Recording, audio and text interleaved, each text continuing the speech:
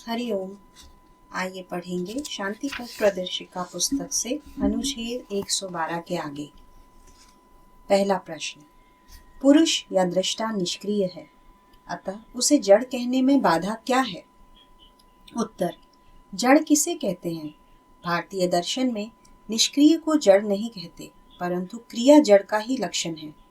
प्रकाश, क्रिया और स्थिति, इन तीनों का नाम प्रकृति है। अतः प्रकृति जड़ा होने पर भी उसमें क्रिया है एवं प्रकाशित या बुद्ध होने की योग्यता है। जो चित्त नहीं है, जो चैतन्य नहीं है, वही जड़ है। जो चित्त या चैतन्य है, वह स्वप्रकाश ज्ञाता है। जो जड़ है, वह प्रकाशक के योग से ज्ञेय है या दृश्य है। अंतःकरण आदि सभी चित्त जड़ या पुरुष प्रकृति संयोग जात है, इसलिए उसमें दोनों का ही लक्षण पाया जाता है। उसमें ज्ञातृत्व भी है, फिर उसे ज्ञेय या दृश्य रूप में भी जान सकते हैं। समस्त व्यक्त भाव उसी प्रकार संयोग जात होने के कारण वह केवल जड़ नहीं है। बाह्य जगत को ईश्वर के अंतःकरण प्रसूत कहने से भी बाह्य संपूर्ण जड़ नहीं हो सकता है। सांख्यादि समस्त वादीगण बाह्य जगत को हिरण्यगर्भ की इच्छा या अभिमान संजात कहते हैं, मगर अभिमान भी तो मौलिक पदार्थ नहीं है, वह भी एक प्रकार की चित्त वृत्ति है। अतः प्रकृति पुरुष के संयोग जात है। सांख्य उसे दिखाकर प्रकृति पुरुष जो सर्वमूल है, उसे न्याय संगत उपाय से प्रमाणित करते हैं। चित्त या चैतन्य तथा चेतन, यह दो को एकार्थक समझने से ही वैसी शंका उठी है। चित्त या दृष्टा या चैतन्य या निर्गुण ब्रह्म कूटस्थ निष्क्रिय है, ये सर्ववादी सम्मत है। चिदिष्टित या चैतन्य आश्रित त्रिगुणात्मक करण युक्त देह को ही चेतन या जीव कहते हैं। अतः चेतन जीव यथार्थ में चैतन्य और जड़ का संघात है। चैतन्य के अधिष्ठान में जड़ देह ही हिलता डुलता है और अंतःकरण की क्रिया होती है। अतः हिलना डुलना या क्रिया चेतन का ही लक्षण है, चैतन्य का नहीं। दूसरा प्रश्न, दृष्टा निष्क्रिय है, प्रकृति भी जड़ा है, अतः उनका संयोग कैसे होता है? दृष्टि दृश्य का संयोग का कारण कहा जाता है। अविद्या है, किंतु अविद्या एक प्रकार बुद्धि वृत्ति है। महत या बुद्धि उत्पन्न होता है दृष्टि दृश्य संयोग के बाद। अतः अविद्या किस तरह से दृष्टि दृश्य संयोग का कारण हो सकती है? उत्तर, संसार अनादि है, जीव अनादि है, अतः वह संयोग भी अनादि है एवं संयोग का हेतु अविद्या भी अनादि है। अनादि के आगे या पहले नहीं होता, किंतु संसार अनादि होने पर भी सभी के निकट अनंत नहीं भी हो सकता है। मुक्त पुरुष के निकट संसार चक्र शांत है। तत्व की ओर से प्रपंच के आगे पीछे भेद अयुक्त होने से भी साधन की ओर से कारण कार्य भेद की आवश्यकता है। साधक अविद्या क्षय रूप साधन के द्वारा संयोग का वियोग करते हैं। अविद्या कारण है, संयोग कार्य है। अविद्या अनादि होने पर भी वह एक व्यक्ति अनादि नहीं है, अर्थात अविद्या नामक अपरिणामी एक ही वस्तु अनादि काल से है, ऐसा नहीं है, किंतु वह प्रवाह रूप में संभव आदि है। अविद्या संस्कार से अविद्या प्रत्यय, उससे पुनः अविद्या संस्कार, इस प्रकार से बीज वृक्षवत वह अनादि है। जैसे पिता प्रथम और पुत्र पश्चात ऐसा कहा जाता है, किंतु पिता भी पुनः दूसरों का ही पुत्र है, उसी प्रकार समझना चाहिए। अविद्या एक जातीय बुद्धि वृत्ति है। मैं या अहम भाव का जो मूल दृष्टा है, उनको बुद्धि के साथ अविव्यक्त मानना, जो प्रत्येक वृत्ति के मूल में विराजमान है, वही अविद्या है। महाद आदि भी उसी प्रकार प्रवाह रूप में अनादि है। भूत्वा भूत्वा विलीयन्ते, गीता। महत भी जैसे अनादि हैं, निम्न करण वर्ग भी उसी प्रकार अनादि है, किंतु मुमुक्षु साधक जब विलोम क्रम से निम्न के कारण कार्य से उपरत होंगे तो उनका सर्वशेष कारण होगा महत या अस्मिति मात्र। तत्पश्चात करण लय होकर इंद्रियातीत पुरुष का कैवल्य होता है। इस दृष्टि से कहना पड़ता है और वह साधन के लिए विशेष कार्य कर भी है। दृष्टि दृश्य संयोग के प्रथम अभिव्यक्ति महत है, अन्यथा आगे केवल पुरुष और प्रकृति पृथक पृथक तथा पीछे अकस्मात अविद्या आकार एवं संयोग घटित होकर महद आदि दिखा यह भ्रांत और आदर्शनिक कल्पना है। आत्मा या पुरुष या चित्त या निर्गुण ब्रह्म, इन सभी पदों का अर्थ उत्तम रूप से समझना आवश्यक है। उसका अर्थ ज्ञ मात्र या दृषि मात्र है। परिणाम प्रवण संकीर्ण अहम भाव जिसके द्वारा प्रकाशित है वही अपरिणामी चित्त है। योग दर्शन से या अच्छी तरह न समझने से सांख्य वेदांत आदि कोई भी मोक्ष शास्त्र नहीं समझा जाएगा। यह परिचिन्न अहम भाव का निर्मित कारण है। वहाँ धर्म धर्मी ऐसे भेद नहीं है। चित्त निर्गुण है, अतः उसका पृथक कोई धर्म नहीं है। निर्गुण त्वांत चिदर्मा सांख्य सूत्र। उपमा और उदाहरण का भेद भी समझना चाहिए। उपमा का सर्वांश ग्राह्य नहीं है। मृतिका घट कुंभकार की उपमा से योग दर्शन शंका निराश देखे इतना मात्र ग्राह्य है कि मृतिका स्वरूप उपादान ही परिवर्तित होकर घट होता है।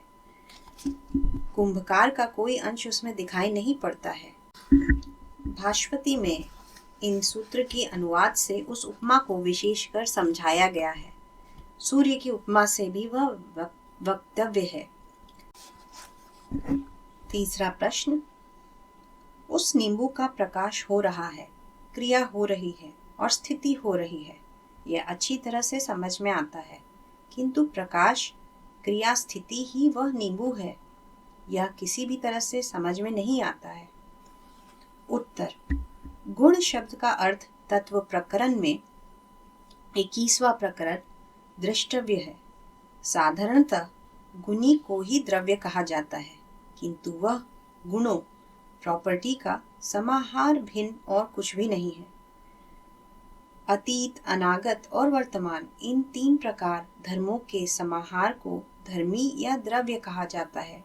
धर्म एवं क्रिया भी वस्तु है जिसका वास है, अर्थात जो है वही वस्तु है।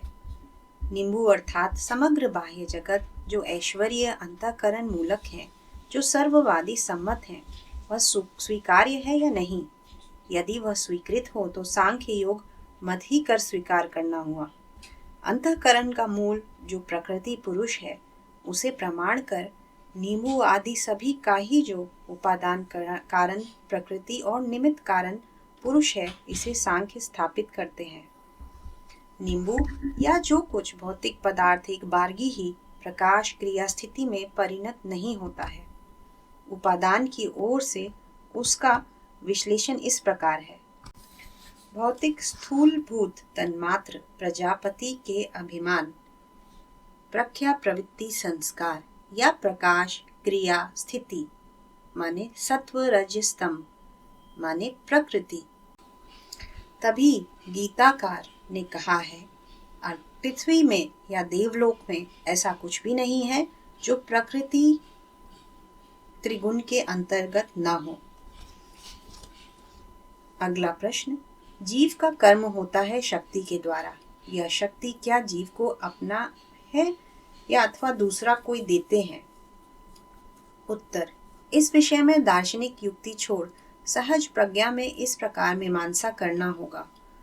हम कहते हैं जल को अग्नि ताप देती है, कारण जल पहले ठंडा था, बाद में अग्नि के सहयोग से उत्पन्न हुआ। अग्नि के साथ वियोग घटित होने पर पुनः वह शीतल होता है, किंतु अग्नि दूसरा कुछ या अन्य कोई ताप दिया ऐसा नहीं कहते हैं। कारण जहाँ अग्नि है वहीं ताप देखा जाता है, इसलिए कहते हैं ताप अग्नि का स्वभाव है। स्वभाव यानी अपन भाव या वस्तु जो दूसरों से प्राप्त नहीं होता है। काली दीप शिखा की भी संभावना नहीं है। जहाँ शिखा है वहीं दीप्ति है, तभी कहते हैं शिखा का स्वभाव ही दीप्ति है, वह उधारिया नहीं। शक्ति के फलस्वरूप ही कर्म होता है। समस्त जीव ही कर्म करता है। शरीर धारण ही सर्व प्रधान कर्म है। यदि देखा जाता है कि कोई कर्महीन जीव विराजमान है, बाद में उसके भीतर शक्ति और कर्म का आविर्भाव घटित हुआ, तब कहा जाता है शक्ति जीव का अपना नहीं है, वह आगुंतक है, कोई उसे दिया है। किंतु कर्म वर्जित जीव असंभव कल्पना है। दूसरा कोई कर्म ना रहने पर भी देह धारण रूप विराट कर्म रहेगा ही, अन्यथा वह जीव ही नहीं होगा। मृत्यु के बाद भी जीव निर्जीव नहीं होता है, वहां भी सूक्ष्म शरीर धारण और भोग रूप कर्म चलता रहता है। अतः जीव किसी काल में ही निष्कर्म अथवा निशक्ति नहीं है, क्योंकि शक्ति भिन्न कर्म नहीं होता। अतः कहना होगा कर्म शक्ति जीव का ही स्वभाव है, अर्थात वह उसका ही निज स्वभाव है, किसी अन्य से प्राप्त नहीं। प्रश्न: सभी महापुरुषगण ही कामिनी कांचन त्याग करने का उपदेश दिए हैं। कांचन त्याग मानता हूँ, किंतु स्त्री को साथ लेकर साधन पथ पर अग्रसर नहीं हुआ जाएगा, क्यों? प्राचीन काल में ऋषिगण अपने स्त्री को साथ लेकर साधन भजन कर गए हैं। उत्तर: सस्त्रीक साधन भजन, इसका पहले अर्थ स्थिर करना आवश्यक है। प्राथमिक साधन भजन में वह सब बाधाओं में गण्य नहीं है, चरम साधन में ही बाधा है। उपनिषद के ऋषि याज्ञवल्क्य ने अंत में स्त्री त्याग किया था, बुद्ध भी वही किए थे। ऋषि अनेक प्रकार के थे, ज्ञान कांड के ऋषि, कर्म कांड के ऋषि इत्यादि। कर्म कांड यानी याज्ञ ज्ञादि, जिसे उपनिषद के ऋषि ने ही अपरा विद्या कहा है। कर्म कांड के ऋषि आधुनिक पुरोहितों की तरह हैं।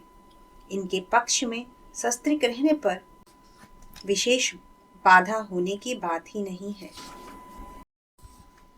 ऋषि प्रणीत उपनिषद में ही है, तपसा ब्रह्मचर्येण श्रद्धया सम्यक ज्ञानेन ब्रह्मचर्येण नित्यम इत्यादि के द्वारा पराविद्या और ब्रह्म लाभ होता है। मोक्ष के मुख्य साधन के समय कोई सस्त्रीक थे, इस प्रकार से कोई उदाहरण नहीं है। कामिनी कांचन में अनुप्रास रहने से ही उसका कुछ ज्यादा प्रचल है, अन्यथा वह बात ठीक नहीं है। कामिनी भी बाधा नहीं है, कांचन भी बाधक नहीं है। तत् प्रति जो अनुराग मूलक मनोवृत्ति देखी जाती है एवं वंश और पोष्य वृद्धि होकर अंत में नाना रूप भार पड़ने की संभावना है, जिसके फल स्वरूप कांचन में भी आकर्षण होता है, वही बाधा है। मुमुक्षु ब्रह्मचारिणियों के पक्ष में कहना होगा पुरुष कांचन त्याग, काम या कामना और सुख भोग का त्याग, यही वस्तुतः उत्तम है। दर्शन शास्त्र राग द्वेष रूप मूल प्रवृत्ति को त्याग करने के लिए कहा है, यह सर्वोत्तम है। पाश्चात्य में अनेक मनीषी देश के लिए विज्ञान की सेवा में जनहित कार्य के लिए अस्त्रीक रहते तो हैं, बाद में श्रेष्ठ कर्तव्य में बाधा आती है। ग्रीक दार्शनिक प्लेटो देश के शासनकर्ता और राज कर्मचारियों को अविवाहित रहने की विधि दिए थे। अतः परमार्थ का परम साधन, जिसमें मन को सर्वदा अंतर्मुख रखने का अभ्यास हर क्षण करना होता है, वह सस्त्रीक अथवा सभृतर का होकर करना संभव नहीं है।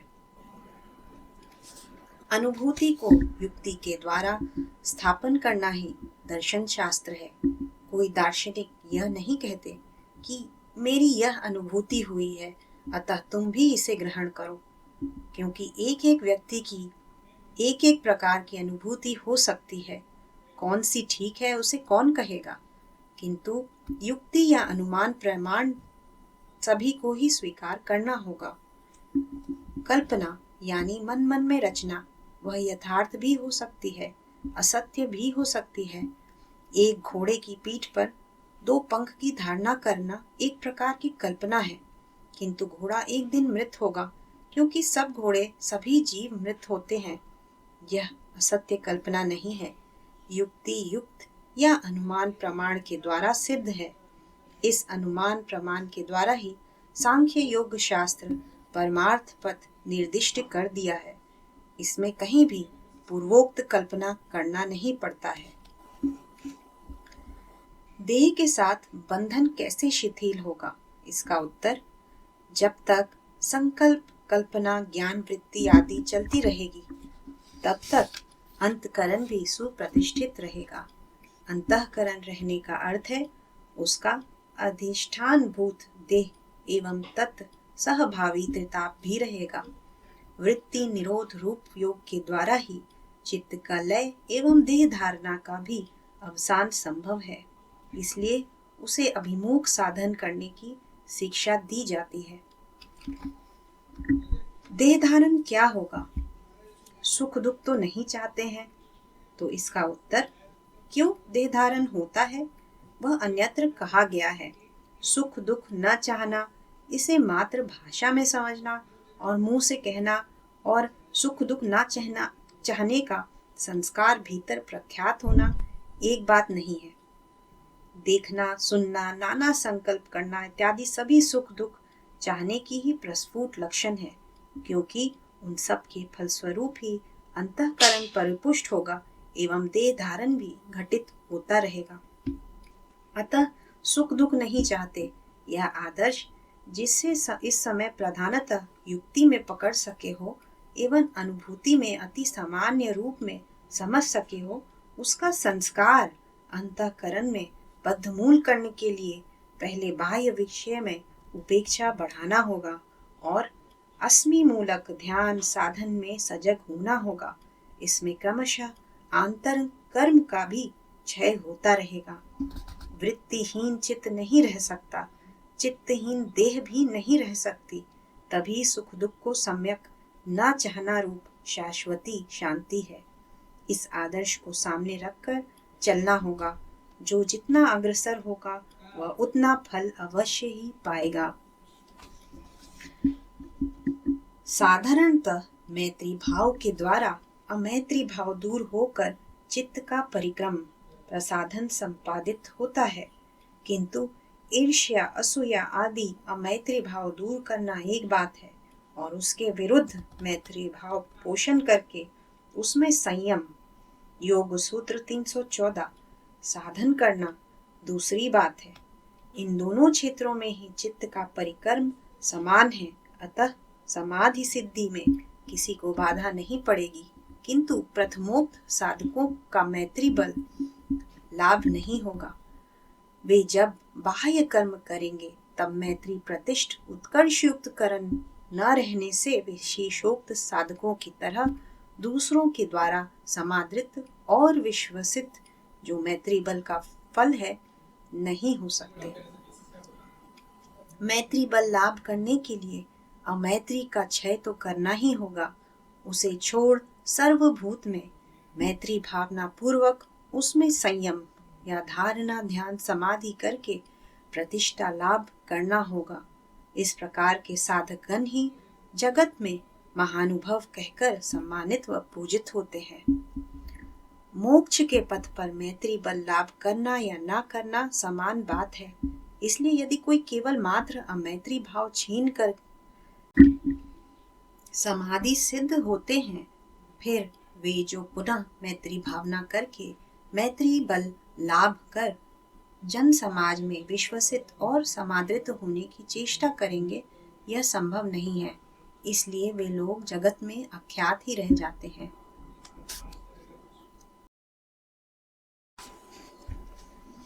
उत्कट बाह्य विप्लव के फलस्वरूप मन विचलित होने पर भी सांख्य योग रूप संदर्भ में निरत लोगों के लिए बिल्कुल ही अभिभूत होना ठीक नहीं है। दार्शनिक दृष्टि में इस व्यापार का मूल इस प्रकार है। सभी के शरीर में जिस प्रकार हर तरह का रोग बीज है, उद्बोधक कारण पाते ही वह दृष्टि गोचर होता है, उसी प्रकार सभी के मन में ही सभी प्रकार मानस रोग के बीज भी है। दूसरों के मन में जिस प्रकार है, अपने मन में भी उसी प्रकार है। संक्रामक रोग जिस प्रकार सुयोग पाते ही व्यापक रूप में दिखाई देता है, मानस रोग भी उसी प्रकार हो सकता है एवं होता रहेगा ही। पुनः सभी के अंतर में ही रोग के बीज की तरह शाश्वती शांति का भी बीज है। जो लोग किसी कारणवश पशुवत आचरण में लिप्त है, उनमें भी वह है। समस्त मनुष्य जाति घृण्य नहीं है, मनुष्यों का घृण्य अंश ही घृंत है। ज्ञानाग्नि के द्वारा कर्म क्षय होता है, यह निश्चित सत्य है। कारण अज्ञान में कोई भी कर्म नहीं होता है, ज्ञान पूर्वक ही होता है। वह ज्ञान सात्विक होने पर तत्पूर्वक कर्म सात्विक होगा। ज्ञान राजसिक या तामसिक होने पर तत्पूर्वक कर्म भी उसी भांति होगा। किस ज्ञान रूप अग्नि के द्वारा कर्म क्षय संभव है, यही प्रश्न है। पारमार्थिक ज्ञान 3 उपाय से होता है। पहले श्रवण, सुनना या ग्रंथ पढ़ना, तत्पश्चात मनन, युक्ति के द्वारा अभीष्ट आदर्श में स्थिर मति होना, तत्पश्चात निधिध्यासन, ध्यान के द्वारा वह अंतर में आहित करना।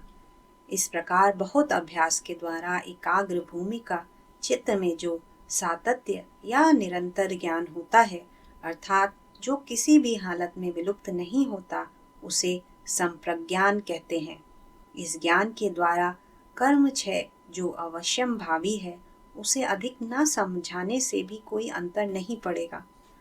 उक्त प्राथमिक श्रवण ज्ञान ही अर्थात केवल जानकारी से ही सब कुछ नहीं होता है, किंतु वह हेय है ऐसा भी नहीं है। काशी का पथ जानकारी में आने से ही काशी में जाना घटित नहीं होता है, यह ठीक बात है। और फिर यह भी ठीक है कि काशी का पथ जिनको बिल्कुल ही अज्ञात है, वह भी किसी काल में काशी नहीं जा सकेंगे।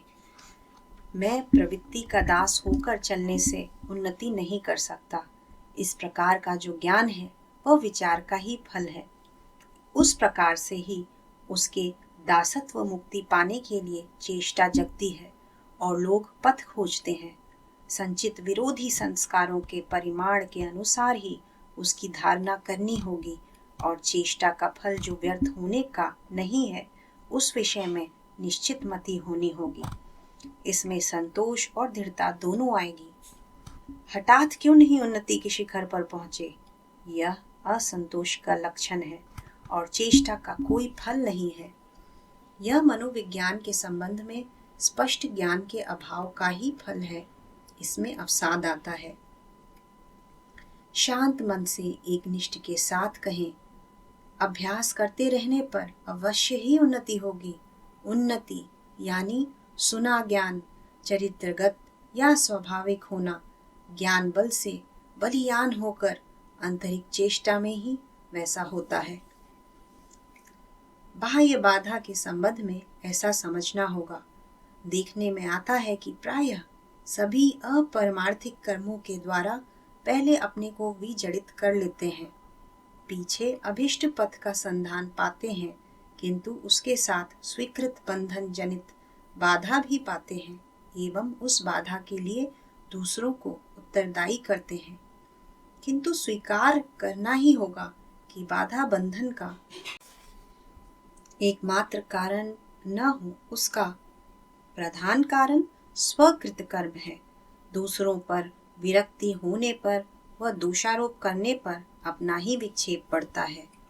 अतः वर्तमान अवस्था के साथ सामंजस्य बनाए रखकर एवं अपना और दूसरों की शांति बनाए रखकर जितना सुयोग सुलभ है, उसका सद्व्यवहार करना ही कार्यकर सुबुद्धि का लक्षण है।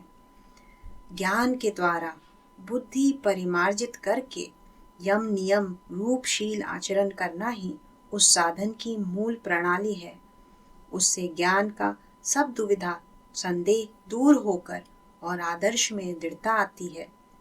शील आचरण मात्र कायिक नहीं है, उसका मानस आचरण ही प्रधान है।